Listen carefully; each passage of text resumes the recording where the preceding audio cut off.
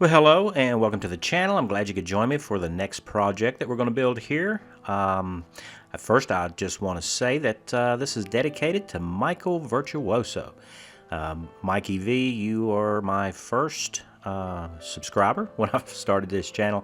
So if anything goes wrong here, it's not my fault. So the model we're going to be building is the UH-1D Huey Gunship by Revell. So this kit is a 1/32 scale model, and Revell says that it is skill level 4. However, I think it may take a lot more than that. The kit number is 85-5536 as outlined on ScaleMates, and it was first released in 1967 with new tooling, I think in 1969. Now our version is the new Decals version of 2015. Although these molds, I'm sure, have not been changed since '69. It's also endorsed by Bell Helicopters, which is interesting to see. And this particular kit was made in Poland. With the new decals from 2015, they're printed in Italy. So this is what we see when we first open the box. There's one big single bag with everything in it. And with the major fuselage halves laid out on the mat here, you can see that the airframe has an overall length of 16 inches. So it's a very large aircraft. The only complaint I have right here really is the sprue gates. They are huge, but that's to be expected from a model from 1967 and 69 time frame. Now the detail is actually pretty good.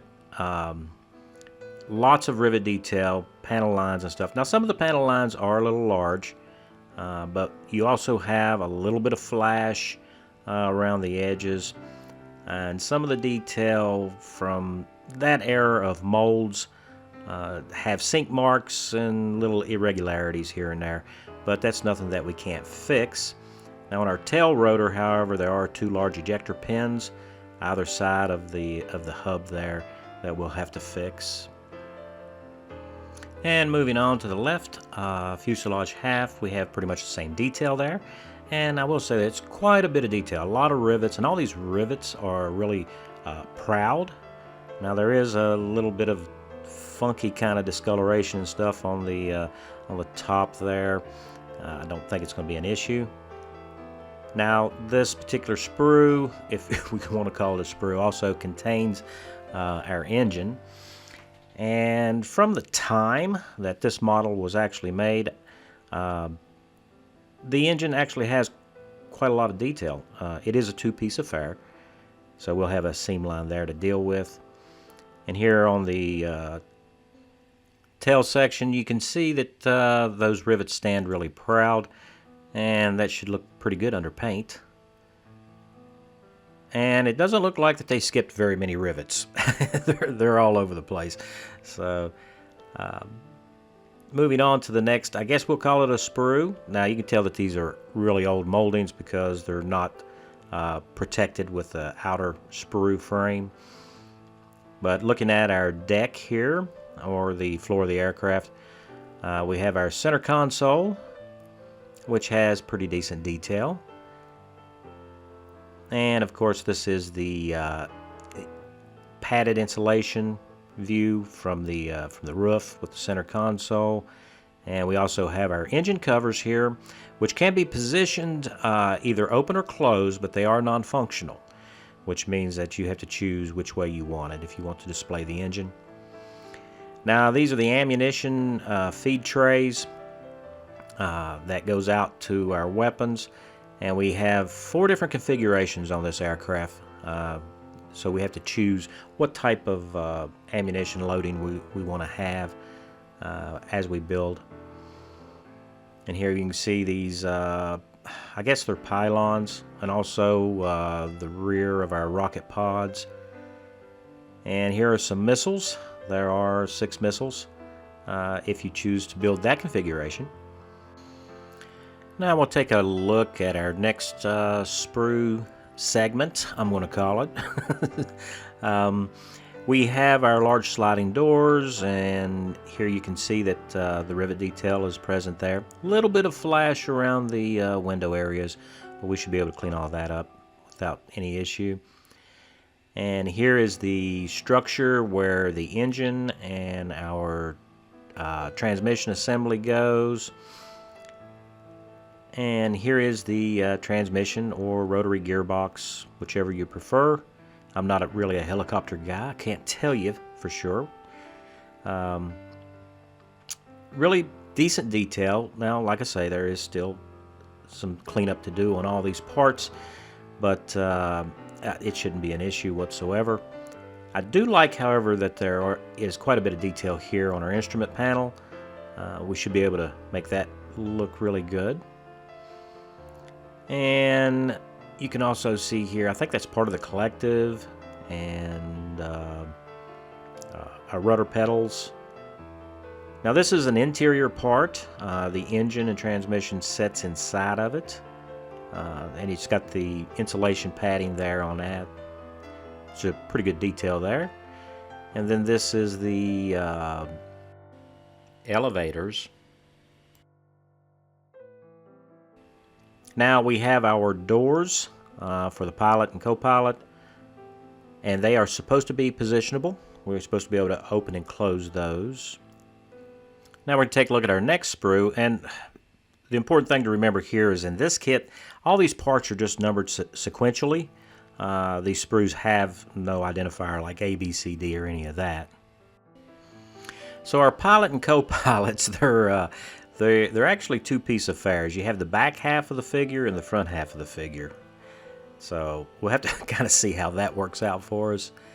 And then we do have our pilot and co-pilot chairs or seats, and then all of our flight controls here. And of course we have our skids. Now, as you can see here in this picture, these skids, they are a little bit skewed. So they're not square, and they are warped considerably. So we're gonna have to do something with that. I believe I can fix it, or fix it well enough. You can see here how much deflection is in the skids. So this plastic is kind of brittle, so we do have to be careful with whatever we do with it.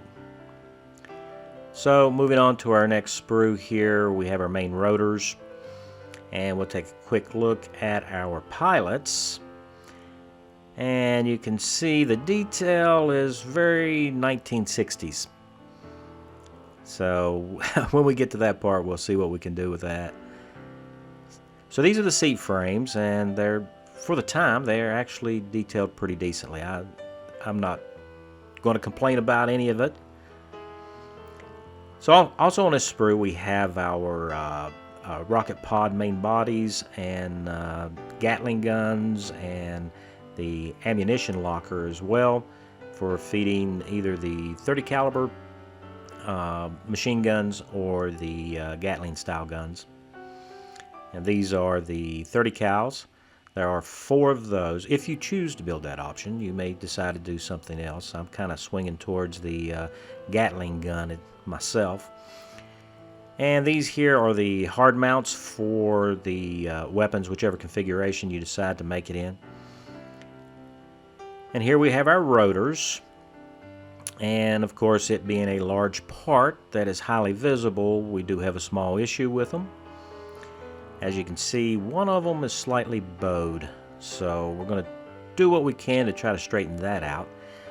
We would like for them both to be look the same. There is some chatter mark here on the rotor, which is easily fixed, but you can also see a lot of flash. So next up, we'll take a look at our clear parts. And as you might expect from this error, there are a lot of distortions here in these clear parts. But to be perfectly honest with you, I will be happy as long as they fit into the kit without any big spaces or gaps or a lot of work to get them to work. But you can see that there are a lot of inconsistencies in the thickness, and that is just from the technology of the time when this kit was actually, the molds I should say, were actually made. As long as I get them to fit, we'll be fine. Now we're going to take a look at our instructions, and as you can see here, we have the artwork at the top of the page. Also, Revell has included a little bit of short history for our Huey. I always like to see that in a kit. And down below that, we have our warnings. When we flip the page, we have our color callouts, what color paint that we're going to use. And this can also be found on the outside of the box. And we also have our instructions on how to use our water slide decals. And if you've never used those before, it would probably behoove you to take a look at that. And then at the bottom of the page, we do have our legend that tells us the actions that we're supposed to take while building the model. Now the next 2 pages are callouts for our parts that are in the kit, and they're numbered sequentially. And taking a quick look at the top here, you can see where the number corresponds to what that part's called. So that helps us identify those items on the actual aircraft. And we'll just get into the instructions here. Now you can pause this at any time, but that way you can take a closer look at it if you would like to. But Revell has laid this out very sequentially. And the instructions are very clear where everything goes and how it's all supposed to go together. I don't see any real issues with that. As before mentioned, though, you're going to have to get used to the numbering on the sprues because these sprues are not identified by any letters such as sprue A, B, C, and so on and so forth. But there's not a whole lot of parts, so it shouldn't be that big of a deal. I don't see any issues following the instructions, although sometimes I do have problems following instructions. The big thing to remember is that when it comes to painting, there are going to be times where we might want to leave some things out, you know, and not assembled so that we can get it effectively painted. Now I would like to draw your attention to step 9 because this is the step where we have to make some decisions, and that is all about what type of weapons arrangement we want on the aircraft. As you can see here in step 9, we have our weapons choices of A, B, C, and D, and they are outlined in steps 10, 11, 12, and 13 for assembly. So whichever we choose to do, those are the steps that we need to skip to go ahead and assemble those. So going on with the instructions, you can see that that's laid out pretty clear for assembling all of our weapons packages. You just need to choose which one of the weapons mounts or pylons that you need to attach to the aircraft before painting, and then probably attach the weapons later. So on our next page, we have our color callouts for the first one being the U.S. Army Major Crandall Medal of Honor Huey. If you choose to build that one, that's probably the one we're going to do. And then the next one is the Canadian Rescue Huey, which is a very interesting looking aircraft. And these are the 2 versions of the aircraft that Revell has included in this kit in the decals. But of course, with aftermarket decals, or if you make your own, you can build any version of the Huey that you would like. Speaking of decals, or decals if you prefer, these are the ones that are included in this kit. Now these are printed in Italy. And as you can see, we have the U.S. Army decals, and we also have our Canadian Rescue versions. And I hope from this angle, with the little bit of glare there, you can see how thin these decals appear to be. I'm very interested in seeing how these will go on. So as of the date of this recording, this kit was listed in the Big Hobby Store for $22.99 with 40% off, which brings it down to about $13.80.